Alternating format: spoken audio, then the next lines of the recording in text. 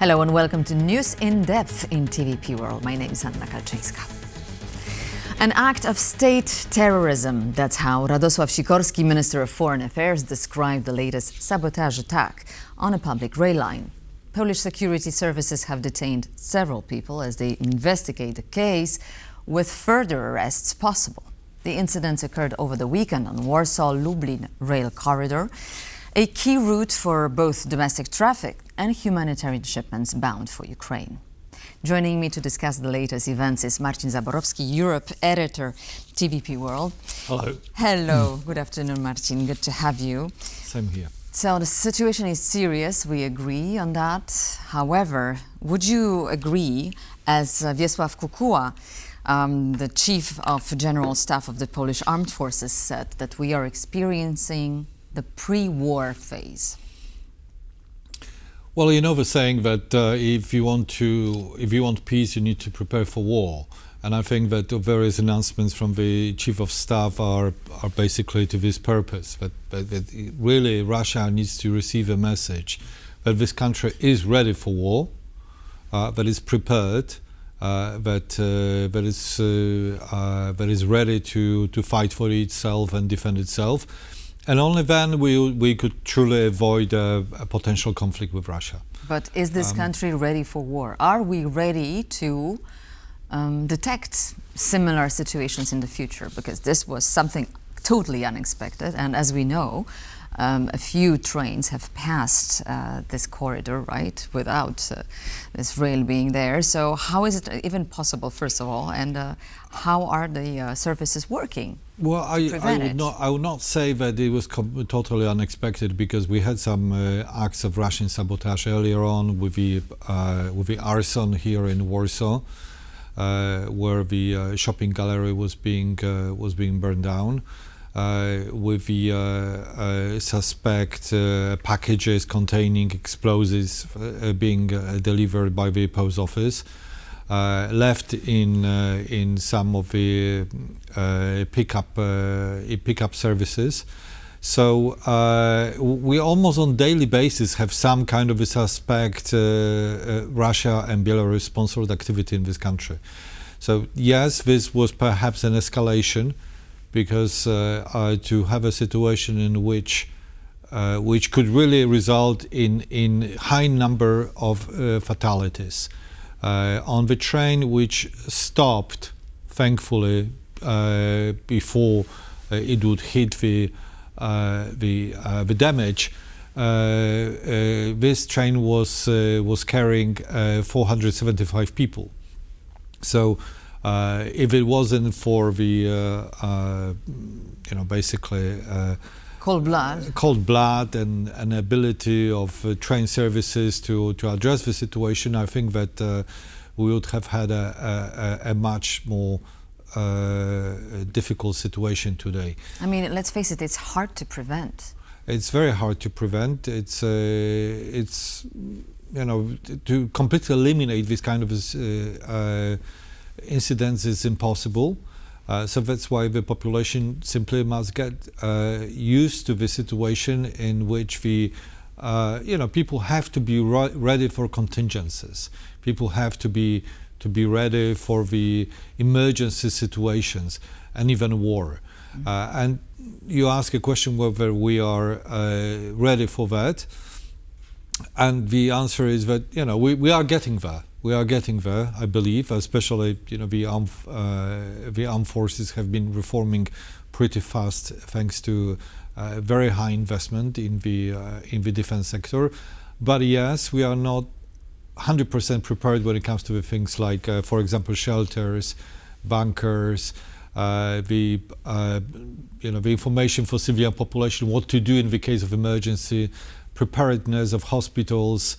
And securing the infrastructure and critical infrastructure. We are learning that we are not as prepared as we would like to think that we are. Exactly. Well, the French police is dismantling those terrorist cells, Ukrainians as well. I believe that Poles do so as well. So it's a process. It's not easy, but it's absolutely necessary. But with this kind of specific attack, we're talking not only about a public raid, of course, as you mentioned, several hundred people were there, so they were in immediate danger, but we're talking about a corridor, a key route to Ukraine, right? Yeah. So the target is hardly incidental, it's obvious. What is the aim of such a blunt attack on this Polish effort of helping Ukraine? Do you believe that the Russians are simply trying to convey the message to the Polish public opinion, saying that don't try this? We are seeing and we are just watching closely. I think it's a little bit more sophisticated and more complex than that, because let's just also point out that the men who executed the acts of sabotage are actually Ukrainian. So this is, I'm pretty sure that this is feeding into some of the Ukraine critics in this country, saying, look, it's the Ukrainians who are a danger to us and who are trying to undermine our security and actually kill some Poles in the process. So it will be, the intention is here to feed the anti-Ukrainian sentiments in Poland, because it's clear that Poland is a country where it's almost impossible to build pro-Russian sentiments, with very few marginal niches, almost non-existent. But to build an anti-Ukrainian sentiment in a country which receives so many refugees, that's far more possible, and we see that this is happening. And Russia is simply, with that kind of sponsored actions, is trying to accelerate this process, whereby the Polish population and then the political class will turn away from Ukraine. That's why it's so important that the government maintains its very clear line on that. And unfortunately, we can't say the same thing about Polish opposition and the president. Because, for example, during the Day of Independence, which we celebrated on the 11th of November, the president, when he spoke about security, independence, the defense of his nation, he didn't mention actually the war in Ukraine at all. And it's not a secret that a big part of the current opposition is actually feeding on anti-Ukrainian sentiments. Right. I was going to mention it later, but since you started. So during his speech today in the parliament, Radosław Sikorski, the Minister of Foreign Affairs, criticized the president and the opposition for this suggestion that in moments like this, the European Union is the threat rather than Russia. Maybe let's have a listen of this. Anyone who would attempt to pursue a foreign policy at odds with the governments would not only violate the constitution to which you swore allegiance, but would undermine Poland's effectiveness and impede the realization of its interests. On the authority of the Prime Minister, let me declare, when you speak out against the European Union, you're not representing Poland's position, but only your own and that of your office.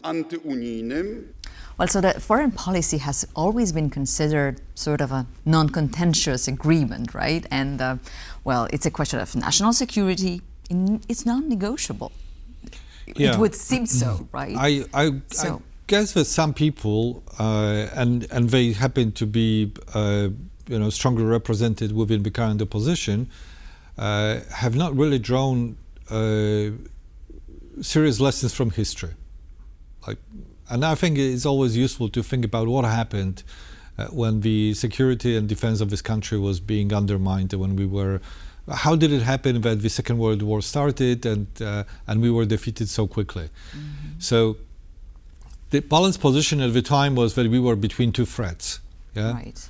The Eastern Russian threat and the Western German threat. Some say it was unavoidable, simply. So being in the kind of a situation in which the nation is sandwiched between two sources of threat is something which we want to avoid at all costs. So that's why if we have a Western neighbor that is friendly towards us, that is our ally, that is actually providing us with some vital instruments of defense, such as missile defense, for example, it seems slightly silly to go after this neighbor and to criticize this neighbor at the moment like that, when we are faced with a threat from the East. Imminent threat. Right. That threat what we had in 1939, we have today from the East. but we no longer have a strategically difficult situation in which you will be alone, sandwiched between two hostile countries. Because Germany is now our ally, and United Europe is the source of cooperation and material support for Poland, something which we didn't have in 1939. So to go after first Germany and then the European Union in a moment like that seems, to be honest, actually strategically short-sighted. Irresponsible, I would and I'm say. trying to be here diplomatic when I say that. I would say it is irresponsible, but my question is, where's the line that simply cannot be crossed here? What are the scenarios for the opposition in this respect, in a matter of foreign policy? I think that the opposition is so focused on defeating and criticizing the government that it forgot about strategic interests of the country. That's what we are seeing here. They just stop caring about the fact that we may alienate ourselves in Europe, that we may disrupt our alliances, that we may derail the process of European integration, which is vital, not just for our economy, for our project of modernization, but for our security. Exactly. So coming back to what we can do as a state, deterring Russia in this very, the latest example here. So we hear that Poland will shut Russia's last operating consulate in the country. What else can the Polish side do? So what are the instruments that we dispose of to simply, deter this sort of hybrid attacks? Get ready for emergencies. Get ready, send to Russia a signal that just like today's Finland, and Finland during the Cold War and after, there was a nation quiet, a nation which didn't say much, was not. This is what Alexander Stubb says, right? Be like Finnish, be calm and exactly, not be the nation that is strong. That is kind of like saber rattling, but instead is showing Russia that is materially ready to defend itself. And that's why, for example, 85% of Finnish population could be sheltered in bunkers at the time if it came to an emergency and war. And most of Finnish population know where they have these shelters when they can hide themselves and continue the defense and resistance. And as we know, the Finns done it very effectively in 1939, when they effectively protected themselves against the Soviet threat. Question is, do we have time, and are we really aware of this threat? Is the government simply sincere enough, let's say, or saying enough to the public? Well, as the foreign minister... It's also difficult not to raise panic, so it's a very difficult policy. As the foreign minister told us last week, we are in a moment in which guns are more important for us than butter. And the Polish population is with the government on this. And by the way, the opposition is doing all this kind of saber rattling and all this kind of criticizing of the government and all this kind of thing. But actually, when it comes to the actual emergency, like when we had this drone incursion on the Polish territory, the government and the opposition seem to have the same message. So I think we are perhaps not as divided as it may sometimes look. The president also said that he was informed about the current emergency very quickly, and that his people have praised the government for the forthcoming coordination. That is something which we need to do. We need to show to the Russians and other sources of threat that when it comes to national emergency, we can be united. That we have the capacity and the will to arm ourselves and to defend ourselves. I believe we can listen to Radosław Sikorski once again to hear his assessment of the situation, how difficult and how serious this attack was. This time it was not just an act of sabotage as before. but an act of state terror, with the clear intention of causing casualties. This will be met with our response, not only a diplomatic one, about which we will provide information in the coming days.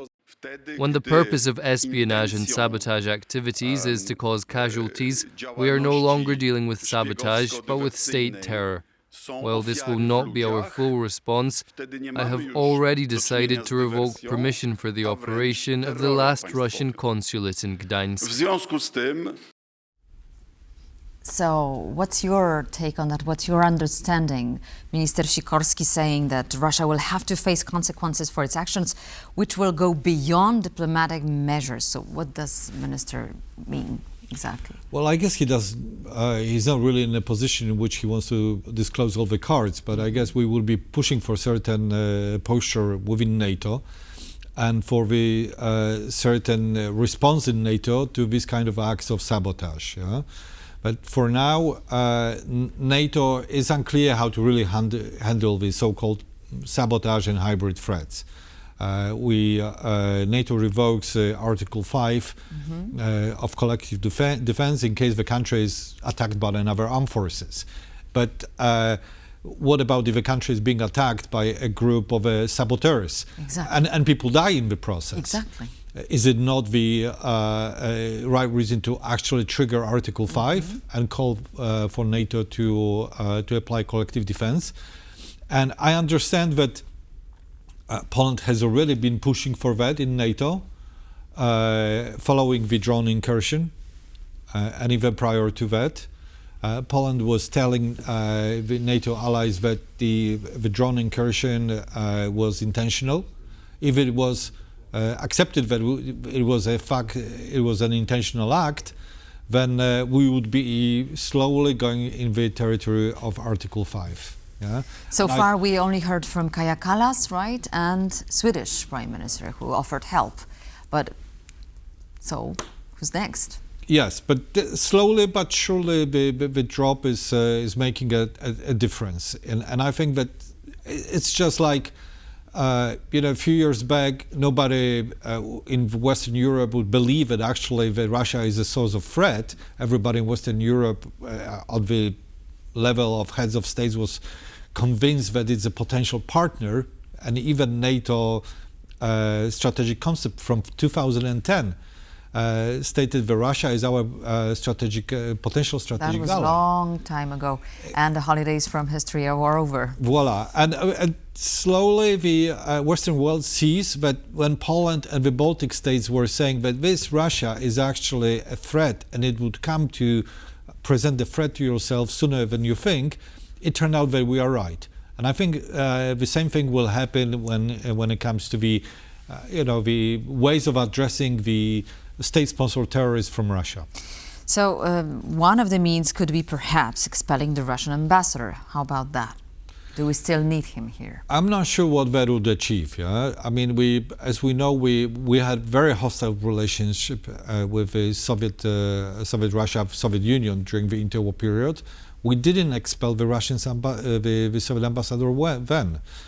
So we didn't expect expel the Nazi ambassador. I mean, it's a gesture which should be noticed for a day and two, and then you would be presented with a situation on how you are actually maintaining communication with your enemy. That is an argument, absolutely. And I mean, of course, Russians are our enemy. Yeah, but we need to talk to our enemy one way or another. Absolutely. Marcin, thank you so much. Marcin Zaborowski, Europe editor at TVP World, has been our guest today. And thank you so much, and see you soon. Thank you. Thank you so much for watching News in Depth.